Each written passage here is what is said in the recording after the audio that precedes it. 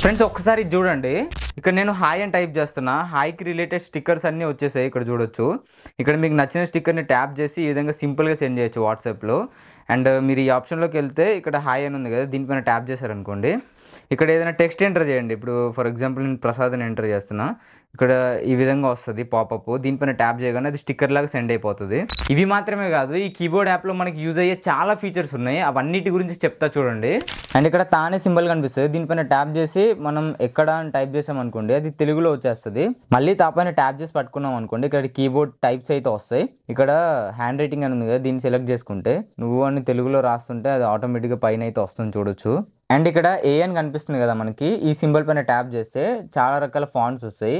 ఇది ఏదైనా సెలెక్ట్ చేసుకున్నాం అనుకో, ఇక్కడ ఆ టైప్లో కీబోర్డ్ అనేది మారిపోతుంది. హాయ్ అని టైప్ చేస్తే హాయ్ అని వెళ్తుంది, మనం సెలెక్ట్ చేసుకున్న ఫాంట్లో సెండ్ అయిపోతుంది.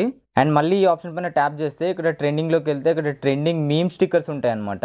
చాలా స్టిక్కర్స్ ఉంటాయి. మనకు నచ్చిన స్టిక్కర్ని అయితే మన ఫ్రెండ్కి షేర్ చేసుకోవచ్చు. సో చూసారు కదా, ఈ ఫీచర్స్ అన్నిటిని మీరు కూడా యాక్సెస్ చేయాలంటే వెంటనే ప్లే స్టోర్లోకి వెళ్ళేసి దేశ్ తెలుగు కీబోర్డ్ యాప్ని డౌన్లోడ్ చేసేసుకోండి.